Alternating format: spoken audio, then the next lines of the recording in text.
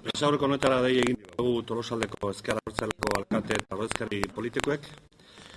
Alde batetik, atxikimendua adierazi nahi digulako Tolosaldeko atxete gelditu elkarlanak hilareko kalderere egunerako Tolosan antolatu duen manifestazioari. Eta bestaldetik, gure herrietan abiadura handiko trenari gertatu diren bidegabekeriak salatu nahi ditugulako.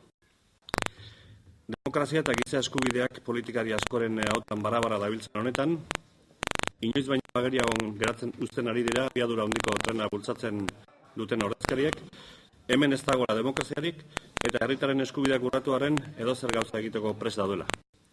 Beren proiektu aurrera ateratzeko. Udaletan gastuak txikiotu egin behar dira, alor guztietan murrizketak ezarri dira eta bien bitartean lotsagabeki onditzen ari da abiadura handiko trena egiteko aurrekontua. Nola erantzun behar digu horrela herritarren benetako beharri? Nondik atera behar dugu dirua benetan garrantzitsua diren gauzetarako, esate baterako, gizarte laguntzetarako, hezkuntzarako edo herritarren ongizaterako. Horretaz gain, guztiz iraingarria da proiektua bultzatzen ari diren ordezkari politikoak lurjabeekin eta abiadura handiko trenaren kontra gauden udalokin erakusten ari diren jarrera.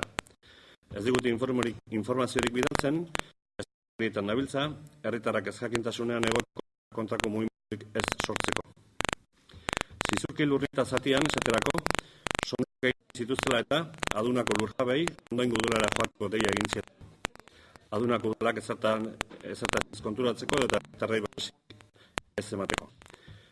Gerora, adunako udalak eta lurjabek sondoak egiteko espropiazioen aktak lursailetan bertan sinatu jakinaraziarren, Madrilgo sustapen ministerioak hori ez errespetatzea erabaki zuen, inolako arrazoirik eman gabe eta kaltetuei ezer jakinarazi gabe, sondoak egiteko garaian bideak txikituta eta bazterrak ondatuta utzi ondoren, adunako udalak gauzak lehen bezala uzteko eskatzen, txikizioak udalaren mantentze txarraren ondorezira erantzun zioten.